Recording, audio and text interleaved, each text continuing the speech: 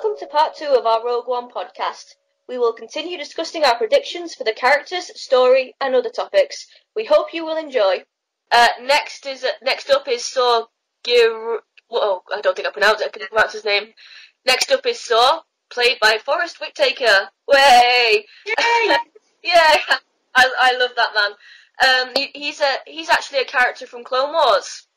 Like he appeared in one of the episodes. So will he mention Anakin or Obi-Wan? Is he Jin's mentor? What are your theories, guys? Well, I always I kind of thought of Saw as this extreme character when I saw the Clone Wars. Things that he took decisions because he just felt like he was a person of action, and it cost him his sister's life in the story.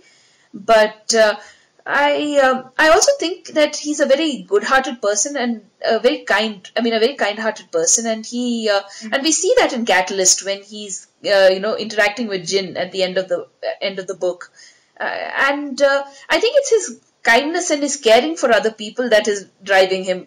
And though the methods he uses aren't the best, so when during the Clone Wars he fought the Separatists. And after the Empire took over, he was one of the first rebel groups that formed. They were called the Partisans. And I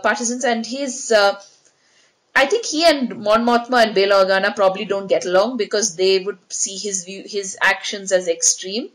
And yes, you did mention, Mary, that how Anakin, his interaction with Anakin is the person who was sent to Onderon to train the rebels, and so he trained Saw Gerrera. So it's funny that again time has passed and we have Vader with a full prosthetic body and a device that he requires to breathe, and on the other hand we have Saw Gerrera also with a prosthetic leg and using some sort of a mechanical device. So it's like both of them have turned into more of machine than man, and both people are people who cared for their loved ones, who were very passionate and felt like they needed to do something. So it's kind of strange to see them both going along two parallel paths like that. And I also like I love the end of the book when Jin is talking to Saw, and you can see in the pictures from the stills from the movie that Jin seems to be extremely fond of Saw. There was a rumor that people who saw the first 28 minutes of the movie, that there's a rumor that Saw after Saw when Krennic found Galen and Lyra and maybe killed them, Jin is in hiding and Saw is the person who finds her. So at the end of Catalyst, Saw took a comm card and gave it to the Urso family. So maybe they contacted him before they were killed so that he could come and to help rescue Jin. And so this also would explain to the two looks we see Saw has, because in the initial trailers he had shorter hair, and then we see him with overgrown messy hair. So maybe time has passed, maybe he has been on the run. And and I kind of also read that in the Galactic Atlas that Saw and the Partisans hide in the catacombs in the burial areas of the planet Jeddah. So I think that it's kind of it's very kind of a little sad, if especially I think he's going to die for sure. So when the Death Star is fired, but it's sad to see another Clone Wars character's story arc end. I'll be very sad to see that, actually. I loved that show, so. Yes, I agree. I think it's interesting to what you said there, because Anakin did train Saw, so I think it would be very interesting. I know I use that word a lot, I'm sorry. If Vader is the one that may perhaps kill Saw. And as we all know in Star Wars, there's always a mentor to the young protagonist. We had Obi-Wan with Luke, we had Qui-Gon with both Obi-Wan and Anakin, and you had Han with Rey. So, and they all have a similar fate. They get killed. And so using Vader would, as the one to kill Saw would be, kind of emotional, because there he was in the Clone Wars, helping them fight an oppressive regime, which was the Separatists. But now in Rogue One, Saw is fighting another oppressive oppressive regime, and sadly Anakin is now part of that regime. So that'd be like quite ironic in that sense. And like I also think Saw will become Jin's mentor, for the reasons you've just said. What do you think, Irina? Well, it's interesting that you mentioned, Saw being trained by Anakin, because, also the fact that you mentioned that Mon Mothma and Bail Organa might not like Saw very much because he's too much of an extremist. And I look at Leia. So, Leia, she's not really a pacifist. That's in her nature, and she holds that from Anakin. Leia really identifies with Bail Organa. She really wants to be like him and everything, but you realize with time that, she's definitely a lot more like Anakin, whether she likes it or not. So, while, as I said, Bail Organa and Saw probably don't get along very well since they think, Saw is too much of an extremist, well, Leia is actually a lot more similar to him, and I think that's a very interesting parallel. That's a very interesting parallel, considering, in the recent canon comics, I can't remember which one it was, I think Leia was ready to sacrifice Luke in order to get revenge on Vader for blowing up Alderaan. Yes, the Star Wars comics. This was the ongoing Star Wars Marvel comics. Leia gets an opportunity to blow up Vader, herself, Luke, Han, everybody, and a whole lot of rebels, and she's ready to do it. That just shows how more extreme she is, and compared to the other rebel leaders. Mm-hmm. Well, it's not really related to what we talk about, but just add something else about Saw. When he says in one of the trailers, I can't remember which one, save the dream. I kind of wonder if it's not his last words before he dies. So if it's the case, even though I heard it before in the trailer, I get really emotional, really easily when I see a movie and everything, so I'm going to cry for sure. Oh, I'm going to cry too if he's going to die when he says that. Oh, God. Speaking of what you said before, Ray, about how extreme Saw was, fighting the Separatists in the Clone Wars. Because of that, because of his actions, his sister died. So I'm wondering if that would have changed him and perhaps made him a bit more, a bit less aggressive. And maybe he sees, this in Jin, because Jin is gonna, supposedly gonna be really hot-headed. So maybe he tells her, "Oh, take a step back, calm down. Otherwise, you're gonna get somebody you love killed." So I don't know whether this might play a factor in the story. Maybe Jin's hot-headedness might get Cassian, or maybe get Galen or somebody else killed. That would be interesting, because I don't think it Saw himself changed, but I can imagine him seeing a bit of himself or his sister in nature in Jin, and wanting to be protective of her. And trying to keep her out of his activities. Though he himself, I believe he continued his insurgent activities, because in Bloodline we hear about Saw Gerrera's partisans when Ransom Castafer talks about their activities to Leia when he's condemning the rebels, and even in Star Wars Rebels we hear Agent Kallus talk about how his whole the other Imperials who were with him, he was the only survivor in a group of Imperials because of Saw Gerrera. Some of Saw Gerrera's people slaughtered everybody else. So I don't think he stopped, but he may not want Jin to take his path. Yeah, well, I don't see him as the kind of person who would just stop like that. I mean, I kind of have feeling that Saw is the kind of guy, I kind of hate to say this, but he's the kind of guy who, as he gets older, he kind of gets worse. I kind of see him that way, I don't know why.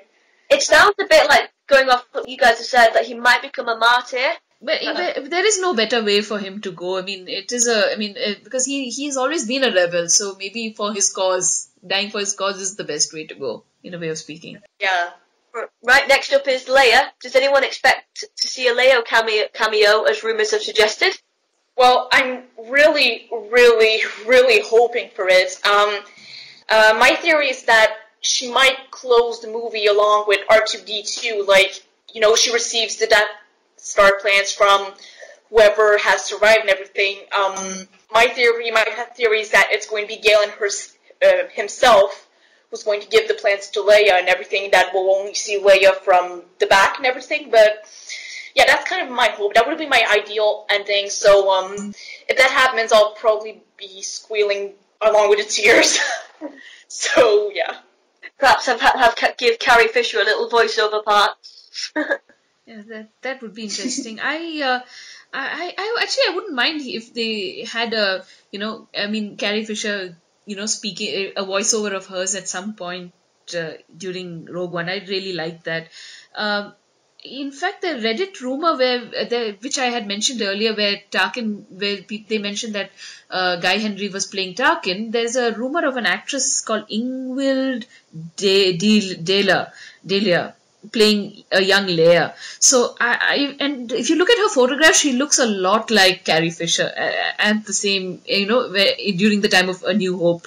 So it would be interesting if they have, that big rebel conference room scene in the trailer where she says, where Jyn makes her passionate speech, and Bail Organa, Mon Mothma, Jan Dodonna, and some of those other rebel leaders are actually wondering what to do when they see that hologram of the Death Star. I would love for Leia to be standing there, and maybe she gets a bit inspired also by Jyn. Maybe that kind of is another person who inspires her later, her being, how the decisions she takes and what she, the path she follows. Maybe she's inspired by Jyn.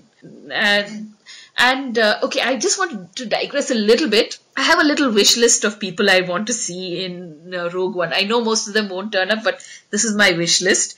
One is I hope that from a new Hope we get some of the Red Squadron, like Biggs Darklighter, Wedge Antilles, and Jet Porkins. I hope these three at least we get to see, even if we just see them running past or something, and with Sabine's helmet, decorations on their helmet, because the designs on their helmet in the A New Hope helmets look a lot like what Sabine draws. So I'm hoping we see a nod to Sabine as well. And speaking of Onderon, and where Saw Gerrera started his career as a rebel, I hope we get to see Lux Bonteri probably as a senator or a rebel leader. That would be nice. And my last wish is to see Maz Kanata, maybe just a blink and miss of her moving around Jeddah collecting Force artifacts. I would love that. Well, yeah, and I have to admit, ever since the Clone Wars ended, one of my big questions was what happened to Lux Bonteri. So it would be nice if he, get a little nod to him in Rogue One, just to see that, he's with the rebellion or he's with the Senate and whatever. Because one thing that kind of annoyed me is that the Clone Wars left a lot of questions unanswered. I mean, we got some of those answers in Dark Disciple. We get to see Saw Gerrera and Rogue One, so I kind of hope we get a little nod to Lux Bonteri. So yeah, that would be nice. I as much as I love Lux, because I think he was a great character and I really liked his relationship with Ahsoka, I don't think we'll be seeing him. I think there's more of a chance of seeing him in Rebels than Rogue One. Although I would love it. Speaking, I wouldn't even mind if we just get a small line. Sorry, I'm interrupting. I hope even if Mon Mothma says, "What do you think, Senator Bonteri?" I will squeal. Yeah, that would be so cool. I'd see something like that. It doesn't occupy too large of a story, but we at least get a little nod to Clone Wars fans such as us. So that would be fine. Speaking of Rebels, though, do you think there might be any more mentions of Rebels? I think Sabine for sure. If they are going to show the rebel pilots, we will see her designs. I'm kind of hoping for a nod to Hera at some point in the movie, which I think we will be probably going through in locations. So I'll probably take it up there. But I'm a little worried about Kanan and Ezra's future. So okay, I'm not going into that. It's going into other territory. Maybe we can deal with it in another podcast or Rogue One. I mean, a Rebel podcast. Yeah. What do you think? Well, I think because maybe okay, spoiler alert for Rebels if you're not caught up on it. I think there might be because I think didn't Mon Mothma or somebody in the trailer mentioned we're all that's left of the Alliance. So maybe and of course we know Thrawn has got something big planned in Rebels. So maybe he's responsible for just destroying a lot of the newly formed Rebel Alliance, and Jyn and Cassian have to rebuild it, or when I say rebuild, win a victory. or with stealing the Death Star plans. So I just wonder maybe if that's something that will be mentioned. That makes sense because there's a point where I think Mon Mothma says we are all that stands before, against the Empire or something. So some lines like that she uses. So it could be that Thrawn pulled off a big coup and knocked out most of the rebel factions. Maybe this is like a ragtag bunch, and people who don't even like Saw and Mon Mothma who don't get along have to now work together because there aren't many rebels left. Maybe a lot of them have been wiped out. I'm scared now. Oh my god. Okay, now it's dark. It's getting dark. It's getting gritty. And speaking of rebels, and since we are not going into we are not going into Force. The Force plot won't come back into the picture till A New Hope. But one thing does come. Vader comes into the picture. Yes. Well, honestly, I don't think he'll be a major character, even though I'm ridiculously excited for him showing up. My guess personally is that he'll be around for 5 minutes or 2 or 3 scenes, but that's mainly because I don't want to set my hopes too high. But that will be enough to make the fans plenty happy already. If he does 2-3 scenes, but he's just massive badass in those scenes, totally fueled by darts and everything, everyone will be happy. And I think he will have 2 big moments. I think, because there's in one of the latest trailers, there's he enters a room full of smoke towards someone. I think this someone might be Kenrick, and I think it will build the foundations of his and Krennic's relationship. I think there'll be another, because unlike him, Vader and Tarkin, I think there'll be another Kylo Ren and Hux scenario here, where him and Krennic and Vader won't like each other, and they'll be vying for the Emperor's attention and stuff. So that'll set up their relationship. And then I think when Vader really gets into action, I think he'll come in during that scene where Jyn is dressed in Imperial garb and is in that tunnel. Because in the first teaser, the lights turned on and we could hear Vader breathing. So I think that'll be his entrance, his big entrance. Scary. Oh my god. Yeah, to fighting the rebels and getting the Death Star's plans back. I will try not to react too strongly if that happens. Yeah. I will try. I think, because, in Empire Strikes Back, when Luke is walking through that dark character and Vader just suddenly comes out of nowhere with his lightsaber. Yeah. I think we might see a little nod to that, except it'll be with Jyn, and Darth Vader will just come out of nowhere. It'll sort of be like a little horror moment, maybe. My god, that'll be horrible. That'll be scary. Yep. No, but I'm going to say that I also agree that with both of you that I think he is going to be used very sparingly. But at very dramatic moments, just like what you said, Mary, it will be very dramatic.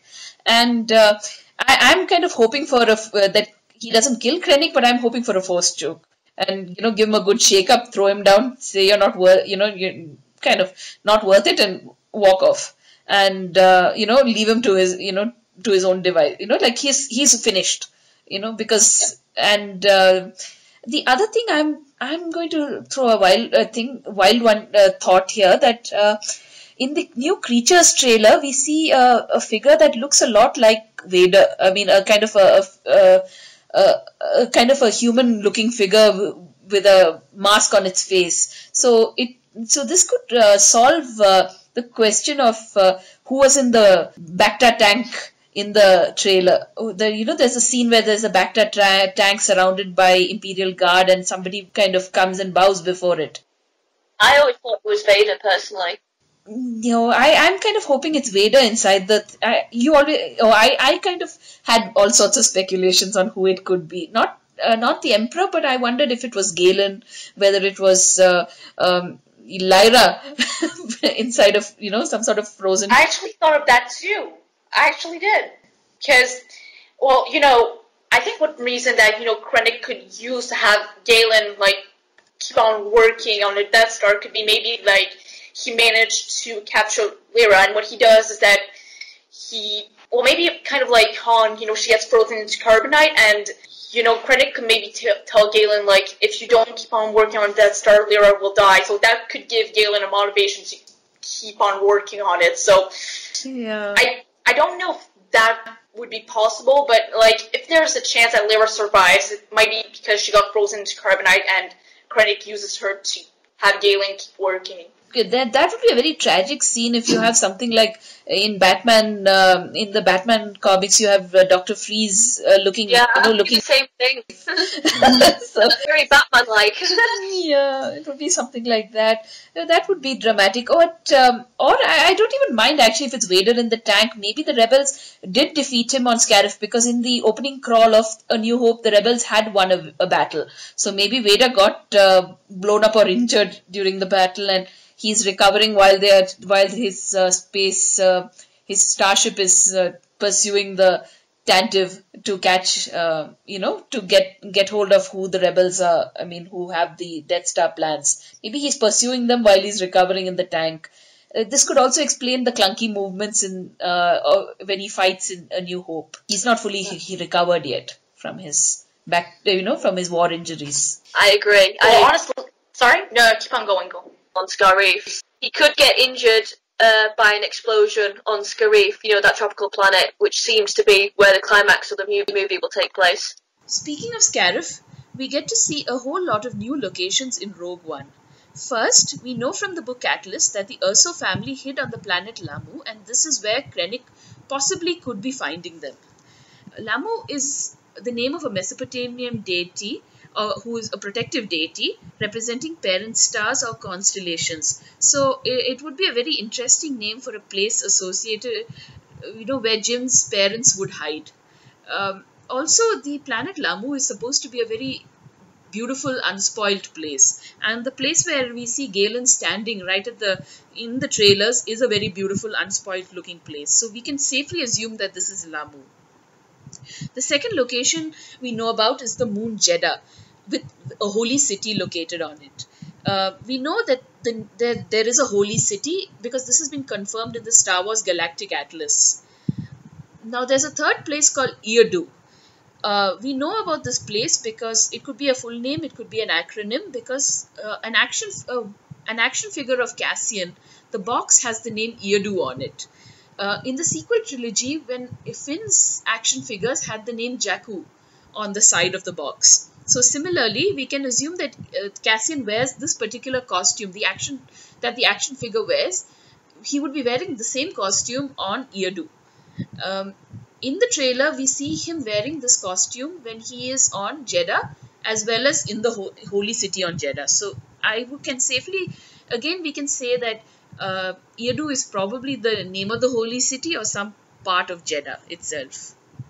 Then we see Yavin 4, which is the rebel base at the time, which we also see a bit of it in A New Hope, but hopefully we'll get to see a lot more of it and get to see a little more of the temples and the exteriors. That would be really nice. Then I saw a few Mon Calamari among the rebels, and I wonder whether we'll get to see the planet Shantipole in the movie. This would be a very nice nod to the Legends game Strike Force Shantipole. I feel that this is probably the place where Krennic is hiding Galen, since the planet can only be reached by the most skilled pilots. So he'd probably want to keep Galen far away from the rebels, far away from everybody, so that he can keep a control on him. Is that the stormy planet from the trailer? Right, it's a very stormy planet. I also feel bringing Shantipole into Rogue One would be a nice tie-in to Rebels, because this is the place. In one episode, we see Hera testing the beaving prototype for Mon Calamari engineer and designer Quarry on Shantipole, and she has to dodge a similar looking mountainous region as the one we see in the Rogue One trailer. The last thing I think is Scarif, of course, which looks more like a tropical paradise, but might be a battleground or a weapons factory or a communication center, something. I mean, we're getting to see a lot more worlds. The galaxy seems to be expanding. Which is nice. No more Hoths or forests, or Endor forests. No more Ewoks. No more Ewoks. Yeah. But yes, I think Scarif, the tropical one, will be where the climax of the movie is, and they'll steal the Death Star plans from there. And of course, there'll be a huge, huge battle. Which, by the way, just brings me to a quick point. Yes. Do you remember in A New Hope, during the meeting of the Empire, and there's one admiral that says the Rebel Alliance is a danger to your Starfleet commander, but not this battle station. I think the Empire will be quite surprised because in the trailer there is an X-wing 5. So I think the Empire will be quite surprised by the Rebellion's firepower, and it will kind of trash some of their Starfleet. Hence that little scene that'll tie in nicely to that. Yeah, well, I remember in Lost Stars, when the Death Star gets destroyed, actually everyone is really surprised because they thought the Death Star was indestructible. So yeah, I think you're really onto something because we see that the only weakness is really a little hole that Luke just manages to shoot in. So yeah. yeah. I think the Empire, and I have a feeling especially Krennic will underestimate the rebellion, however small it is in Rogue One. Okay, should we move on to our next topic? Yep. Kyber crystals. What can you say about that, girls? Well, I remember in Calculus. Well, I'm still reading through it. I got about half the book. Well, I wanted to read it in 1 week, but I couldn't. So, there's the whole talk about how the Jedi used to hide the Kyber crystal secret and everything, and, the Imperials really blamed them for that. But then you realize that, with the Death Star and everything, wasn't such a bad thing after all, since it's really used for something terrible. And another thing I've noticed is that, in the Ahsoka novel, we know that the lightsabers become red when Sith steal them from their true owners. So, if I recall the Death Star's ray is basically, the color of the ray is red. So that kind of leads me to believe that the Death Star is basically a joint Sith lightsabers, which I think is pretty interesting. And that also makes me wonder if Starkiller Base had a Kyber crystal, considering it used the power of an entire sun in order to power up. But I kind of wonder if there was Kyber crystal too. So, yeah. Yeah, cause there seems to be a connection with that, because as we see in the trailer, and in Catalyst, I think, Galen has a little Kyber crystal around his neck. Well, I know Jin has one, but Galen I can't remember. It's Jin. Yeah, Jin has a Kyber crystal with the Force written in Aurebesh on it.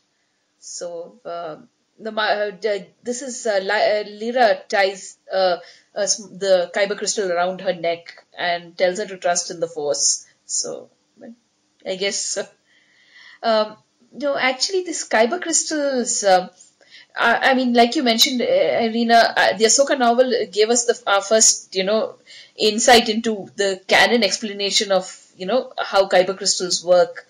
But now we get a little more information from Catalyst, because we know that Kyber crystals are a living crystal because their matrix behaves like a living cell. I mean, Galen really tries to understand them. He puts a lot of effort into understanding them, and as a result, the reader also of the novel gets to learn a lot more.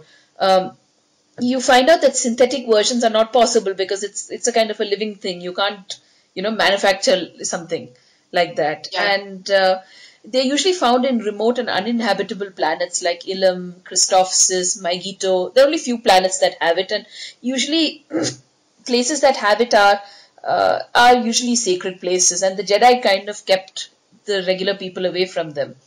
And they would crystals. You don't usually mine the crystals. You let them grow and collect them. So you'd collect them from caves, streams, ancient volcanoes, or even there are these things called the Kyberite veins. You would find these embedded there. So you could collect. So Jedi would collect them from there. And the size is varied. You'd have small ones that are finger-sized, which are used in lightsabers. And then you had these enormous house-sized, boulder-sized ones that were used in temples as decoration. So now what I really found interesting is that these crystals, they are impervious to fire, hammering. They're almost indestructible. And so therefore people saw them as eternal. But what I find interesting is even if the Death Star got blown up or any of these places get blown up, the crystals that were used to power the Death Star might still have continued to exist. They may not have been destroyed if they are, so indestructible. floating in space somewhere. No, actually, in the second Death, I think the first Death Star, the remaining pieces were taken by the Alderaan people to rebuild a space station for them to exist. I mean, to live. So maybe they got hold of some of the kyber crystals at that time, or maybe the First Order people managed to sneak them away. I don't know. I mean, a lot of food for thought there, because and the other thing that I found interesting in Catalyst, at least, was that Galen he became obsessed. He felt like the way the Jedi are chosen by a crystal. He felt like the kyber crystals chose him. And as he worked with them, he got more and more obsessed. He became an insomniac. He wondered if other people who worked with crystals maybe mind them, whether they were they suffered from insomnia. He would dream of crystals. He would start leaving notes with weird figures and maths are all over the place. It's a bit like how Yup Tashu was writing on walls and being crazy. So I got that kind of vibe from him. And like the Sith sacrificed something they cared for to understand, to the dark side, I felt like Galen was sacrificing the people he loved. So that, the Sith, like, let's take Anakin or even Quinlan Voss's example. You sacrifice yourself and you sacrifice those you love because you want to protect those you love. So Anakin would kill the Jedi, younglings. He would kill the people, his Jedi masters and people he grew up with, so that he could save Padme. but similarly, Galen was giving up his family so that he could work on crystals, and he was getting alienated from them. But it's the love of his family, like the way the love of Luke, or in the case of Quinlan, the love of Asajj, that brings you back to the light side. Similarly, the love of Jinn and Lyra is what brought Galen back. I find that interesting. Again, all about parallels. This is a non. That sounds a bit One Ring-ish. Do you think perhaps like the kyber crystals like utilize the purest energy of the Force, like both dark and light side? That makes a lot of sense. I think it's probably a pure manifestation of the Force. But it's interesting that you mentioned that, it's Lyra's love that brings Galen back, because there are so many Star Wars romances that kind of have like this transformative elements that, I don't want to get too much into it because we would be getting off topic, but I think that's interesting. And the other thing is, I'm curious is whether we'll, since there's so much about kyber crystals in Catalyst, will we see kyber crystals in Jeddah? Maybe the Temple of the Wills has kyber crystals. Maybe it has a giant one that the Imperials wanted because they needed large ones to power the Death Star. Maybe they were after that when they landed up there. I mean, that's another thought that came to my head. And speaking of Jeddah, there are in the trailers you see that that place is teeming with alien life. I mean, the Imperials were anti-aliens. They were more about being pro-human. So I kind of was quite fascinated by all the strange creatures we see in Jeddah. I mean, you have those some weird looking monks with masks on their face. We have I remember in the Star Wars Celebration they showed a woman who looked like a Marillion, because that race is very spiritual. I mean, the same race as Barriss Offee. And I mean, oh yeah. So there is a woman with similar kind of tattoos. They show her for a second. So I'm wondering whether this is Jeddah would be a place where we'll see a whole lot of alien species.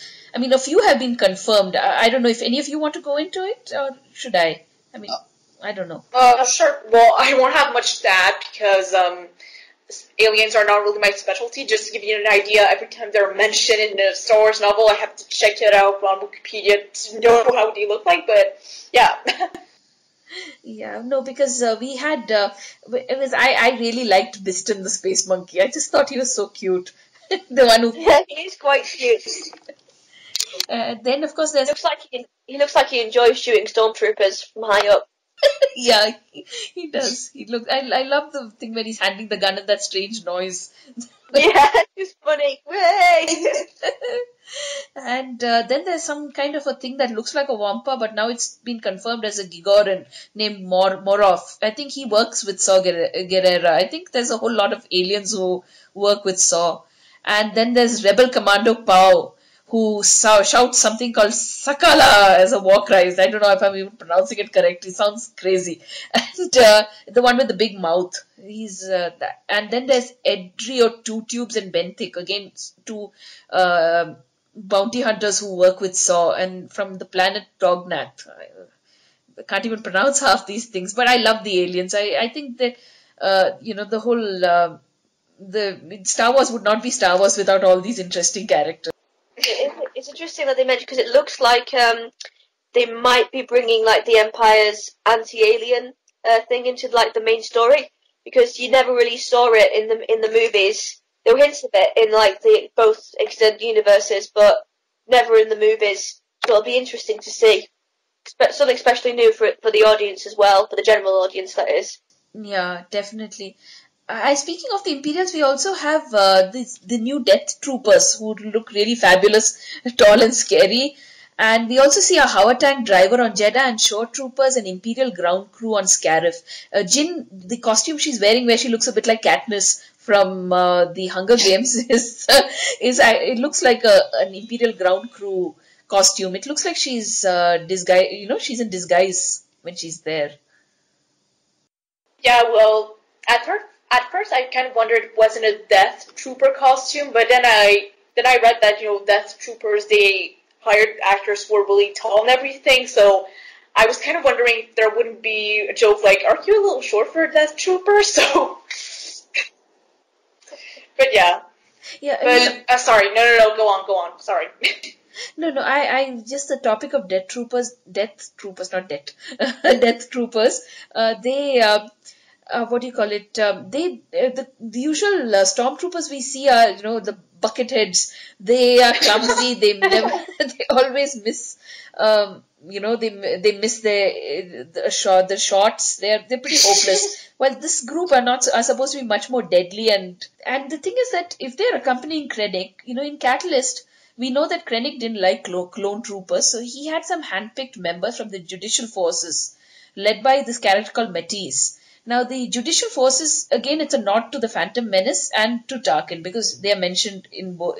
They are seen in the Phantom Menace and they are mentioned in Tarkin, because Tarkin himself was a member of the judicial forces. Now, the Death Troopers, I feel, this is a theory, I think it's a nod to Phase Zero Dark Troopers, because in the EU, the clone troopers, when they aged, some of them were entered into a program where their body parts and organs were replaced with cybernetics, and when they started aging, and the Death Troopers in the Rogue One trailer, they are holding SE-14s. Now this is the same weapon, a similar weapon to what is used by the Phase Zero Dark Troopers. And a possible foreshadowing is when in Catalyst, Matisse, who is supposedly dies shortly before his death, he had ocular implants. He opted for ocular implants, and then he died in an accident. So I'm wondering whether Matisse and some of the other the other troops who were working for Krennic, whether Krennic encouraged them, because he's a technocrat and is into science, whether he may have wanted to make them more efficient and encourage them to take up cybernetic implants and become something like the Phase Zero Dark Troopers. It will be a good nod again to another EU set of characters. Yes. Oh, the more nods from Legends they bring back, I would love. Bring Mara Jade back, please. So, of course, the next topic is one that's all been plaguing us, really, every Star Wars fans. The topic of reshoots. Irina, do you want to talk about this? When it comes to stuff like that, I'm always the kind who, stays optimistic, just tells myself that it's going to be okay and everything. So, but when it came to the Rogue One reshoots, I thought it was pretty coincidental with the Hydra Cap scandal. Well, Captain America was a Hydra agent all along and everything. So I kind of thought at the beginning that, the Disney bosses saw the movie and they said, like, oh, no, it's too risky. We can't afford to have, like, another scandal like what happened with Captain America and everything.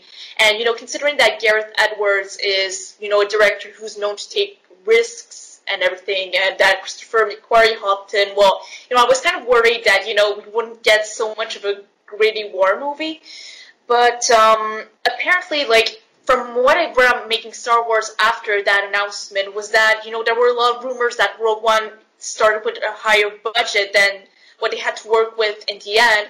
So the result was a lot more CGI than The Force Awakens, and using places that actually existed in the real world and making them look like they belong in Star Wars. So also, they also said it wasn't as bad as we were led to believe by the articles talking about reshoots. Like, articles really have a tendency to exaggerate things. So apparently there was no new script, and there wasn't 40% of the movie being reshot because, anyway, it wouldn't be really believable considering they reshot in the summer and the movie's coming up in December. So, well, considering what the critics said a few days ago about, 28 minutes of Rogue One being screened and saying that it really felt like a war movie, but still like Star Wars, and that it was gritty and everything, I'm being optimistic, and I think we're going to get a good war movie. I hope you're right. I really am, because as I said before, I'm really looking forward to like a more gritty Star Wars movie.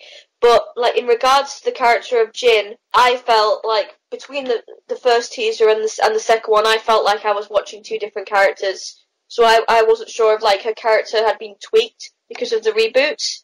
But I hope it's just like like a little fear, and that wasn't the case, because why would the writers suddenly change something in the middle of a process that would kind of screw it up? So maybe I'm a bit less optimistic than you are, but still more optimistic. I think that I find it hard to believe that they would reshoot 40%. I don't think that. I think maybe certain scenes they would have maybe improved upon here and there, because, for example, even if you take The Force Awakens, the fight scene between Rey and Kylo, the close up showing their faces as she lets the Force in. Now that was shot later, I think. So and that was very critical. So these kind of fine tuning, I'm sure that this was what happened in Rogue One as well, where they may have wanted to lay some emphasis on certain moments and certain expressions, and they may have worked on that rather than actually, turning the movie on its head. Because I mentioned that they used like a lot of CGI in Rogue One more that they were supposed to use, and I mean, it would make sense if they reshot like scenes that were going to use CGI heavily, because, when you don't pay a lot of attention to those scenes where you get something like, Attack of the Clones, where, CGI is a bit of a mess. So I think it might be partially that, CGI wasn't really satisfying, and that might be a reason. Yeah, I hope so. Okay, prediction time. Yay! What will be the fate of the characters? Who do you think will die? I think, for me, I think it's way too obvious that Krennic will die. I think he'll either get killed by Vader, Jyn, or maybe even Galen. With Vader, I think Krennic, as I said, there'll be another, maybe Kylo, Ren, and Hux moment. I think Krennic will, probably annoy him, and that Vader will find him redundant. You have outlived your usefulness scene, and kill him. Especially in the wake of the Star plans being stolen. So I think there's a chance of that happening. But I think there definitely is a bigger chance of having a confrontation with Jyn. And I think maybe Krennic will kill Galen in front of Jyn, just as they're reunited, which will make it more personal. And there's a scene in the trailer where Galen looks like he's being tortured. He's got, I don't know whether it's water or sweat dripping off him, but he seems to be in a dungeon based on his surroundings. And I think this could be like a scenario where Krennic kills him. And then I also think if it doesn't come true, I think Galen could kill him to protect Jyn, just as maybe Krennic overpowers her and is about to kill her. But other than Krennic, I think it might be. I'm hoping it might be an Everyone Dies movie, because it'll fit in with the gritty tone. I think most of the main group will die protecting Jyn and Cassian to allow them to get the Death Star plans to the rebels. And I think Jyn and Cassian will die together in a ship or a tower after transmitting the plans to Leia's ship. And if Galen is alive, she'll send an emotional goodbye message to him. It'll be very tragic. Yeah, but other than that, as I mentioned before, I think Saw will die for the reasons we mentioned before. What do you guys think? Well, I think Krennic will definitely die. Hopefully his cape won't. I got those two crazy theories about the cape. Maybe I shouldn't talk about them, but should I go on? Go on, go on. Okay, so, there's that rumor in episode 8 that Kylo might get Vader's cape from Imperial Artifact Collector or something, and I got this crack theory that Hux is going to get jealous and he's going to get Krennic's cape just to say, haha, I got a cape too! So, they're basically two children bickering after each other, so I wouldn't put it above them to do that. Theory number two is that when Krennic dies, it's because Jin set his cape on fire. Oh my god. I would love that. Yeah, that would be hilarious, but I don't think they do that because, this isn't supposed to be a funny movie and I'm being silly. So, okay, just to get more serious, my theory is kind of like Mary. I think everyone will die except Galen Erso, who will be the one who will give the plans to Leia and everything, and that would be really sad because, Galen is the one who built the Death Star even though it was against his will, and, he just lost his daughter, he lost everything, but, there's still, a new hope because he's the one giving the plans to Leia, and I don't know, it's kind of going, if that does happen, it's kind of going to remind me of Theoden in Lord of the Rings, when his son dies and he's like, no parent should bury his children, and I'm probably going to cry a lot if that happens. So, yeah, personally, I kind of wonder if Disney and Lucasfilm will be gutsy enough to have Jin dying, but, considering Kathleen Kennedy says she's similar to Joan of Arc, that might mean she's going to die martyr and everything, but considering there are some rumors that Jin and Cassian might survive, I wouldn't be surprised if they do survive, but personally I think that, as Mary said, everyone's going to die, and I think Galen is going to survive, but I'm not putting too much money on that either. Okay, I have a much more optimistic set of theories. Oh god, I'm feeling that I'm the optimist here, which I didn't think I was, but okay. First is that we know that Kathleen Kennedy said there is no Rogue 2. So, so this would affect how we make the prediction. So I can understand the everyone will die. But, okay, I also agree that Krennic will definitely die. But the only thing is that I hope that Jin gets to kill him because it's again going back to Inglourious Bastards and Shoshana. I'd like the idea of her feeling that he killed her mother. Maybe he kills Galen also somewhere along the way, and then Saw also dies, so she kind of blames him. And there's a scene in the trailer where she's moving towards a TIE fighter holding a gun. I'm hoping that Krennic is trying to escape and she shoots, ends him right there. And one shot kill. Yeah, something like that, something dramatic. And the other prediction I have is that K2SO will die saving her. I think Krennic may, if she tries to kill him, I think he will also try to kill her because he's not going to go down that easy. And I think K2SO will save, both because of his affection for her and for Cassian. He may, jump in the way or whatever, stand in the way and get killed. Okay. And my other predictions are that Bodhi and Chirrut, I think, are going to die because Bodhi looked like he was having a moment of, realization. In the trailers on Scarif, it kind of reminded me a bit of like in Dark Disciple. You see Asajj Ventress having a moment before she dies. I kind of thought Bodhi's having his moment, and now he's going to die.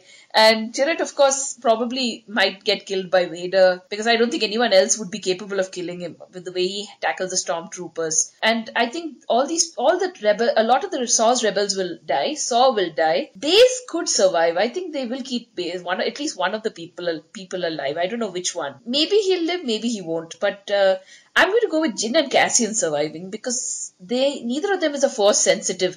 So they can always merge into the story somewhere, and we don't need to have them as foreground characters again. They could just, end up blending in somewhere, especially since she is part of Saw's group. So she is not exactly the most peaceful character. So Mon Mothma may not want to make her a poster girl for the the rebels. And the other thing is, I think that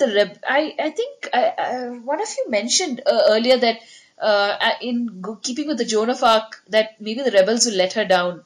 I won't be surprised if to save themselves or make sure that the plans, to divert, buy Leia time to escape, maybe they will betray Jin and Cassian. And they could, this could, Saw's lines of what will you become when they catch you could be a prophecy of them ending up as Imperials. We may see them in a subsequent movie as Darkseid. I mean, not Darksiders, but as Imperial, either Imperials or maybe even assassins, like we saw in the case of Snap Wexley's father, who was imprisoned and came back as an assassin. So you might see Jin and Cassian return, because there was on Kashyyyk they found a whole lot of such prisoners in stasis. So Jin and Cassian could be in stasis. Yeah, that would be sad. That would be really very sad. interesting. Maybe there'll be like a new assassin group, and Snap Wexley's father, was it? And Jin and Cassian will be like part of the same group. Yeah, something like that. That would be an interesting way to bring them back. Or maybe Jin and Cassian are imprisoned. A more optimistic way of looking at it is Jin and Cassian get imprisoned, but they escape, and then we have not Rogue One, but maybe the Bothan strike. Or maybe Q, Jin, and Cassian are Rey's grandparents. Rumor. Oh my God, no. Oh, Jesus. No. I really wouldn't mind Jin and Cassian being Rey's parents. I just don't want, another Sky Mom theory. Everybody, I'm surprised Maz has not been made Sky Mom yet. That. No, but seriously, I'm probably a terrible person for saying this, but I almost want Jin to die just so Sky Mom theories can just fade away and be forgotten forever. Oh, I feel I feel the same. So next is a question and answer from the previous podcast. Reya, take it away. We have an interesting question from YouTube user Technovirus757 regarding what type of weapon Snoke is going to wield. Snoke is seated most of the time in episode 7, except for the one time when he stands up when he is angry with Hux. So we don't see him holding or using a weapon. But there is a rumor that Snoke carries a staff, and in addition to this, we found an image of Andy Serkis performing a motion capture scene as Snoke carrying a staff. This lends credence to that rumor. If we look for inspiration from legends, an interesting choice of weapon for an ancient powerful being, which we believe Snoke is, would be the Dark Staff. For those who don't know about the Dark Staff, it was a powerful sentient Sith artifact created thousands of years before the Clone Wars by a member of the Sith Order, and is considered one of the most dangerous objects in the galaxy. It thrived on suffering, destruction, and its main aim was to consume the Force. The Jedi Order had recorded everything they learned about the Dark Staff in their archives, but they knew little about its history or the location of the artifact. Darth Revan describes the Dark Staff in this manner. It is an emptiness, a slice of the universe where there is no light and no heat, but also no cold and no dark. Light moves around it, but does not come into its grasp. It doesn't want the light, it wants the Force. Even the Sith found the Dark Staff too dangerous and placed the relic into storage in a space station repository until it was found and passed from owner to owner, destroying planets and systems in its wake. It even gave its wielders the powers of a Sith battle lord, and it could be used to control others' thoughts and actions and even transform individuals into Sith spawn or mutants. Len Marcus, one of the wielders of the Dark Staff, had this to say: "Whoever possesses this item, this Dark Staff can, I believe, control the thoughts and actions of any living creature." It allowed the wielder to bond through the Force to others, so any wounds inflicted on the staff wielder could be transferred to the bonded individual.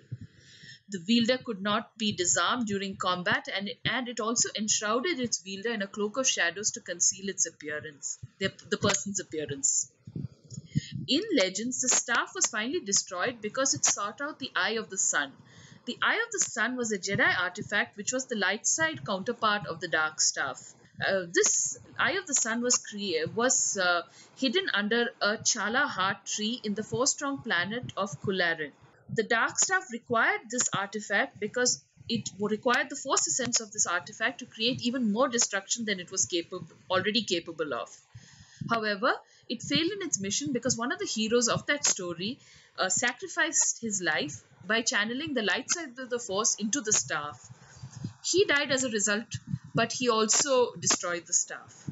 While we don't expect an identical story in canon, it is interesting that we see Force trees and ancient artifacts playing a role playing an important part in this new canon. For example, we see the possessed Sith helmet in the Lando comics. We hear about the demon Sith mask that Yuk Tashu keeps with him. We hear about the ancient artifacts found on a planet by Obi-Wan and Anakin when he was a young man of a bygone era. So it's just very curious that we are seeing a lot of ancient artifacts playing an important part in the new canon. So it would be very interesting if we could see something, an ancient powerful weapon that consumes the Force, something like the Dark Staff, as Snoke's weapon. But that being said, we hope that Snoke's weapon is not sentient like the Dark Staff, as this would diminish Snoke as the big bad of the trilogy, which is what we feel he should be. Here ends the Q&A portion of the podcast. Thank you for listening to our Rogue One theories, and we hope you enjoyed them.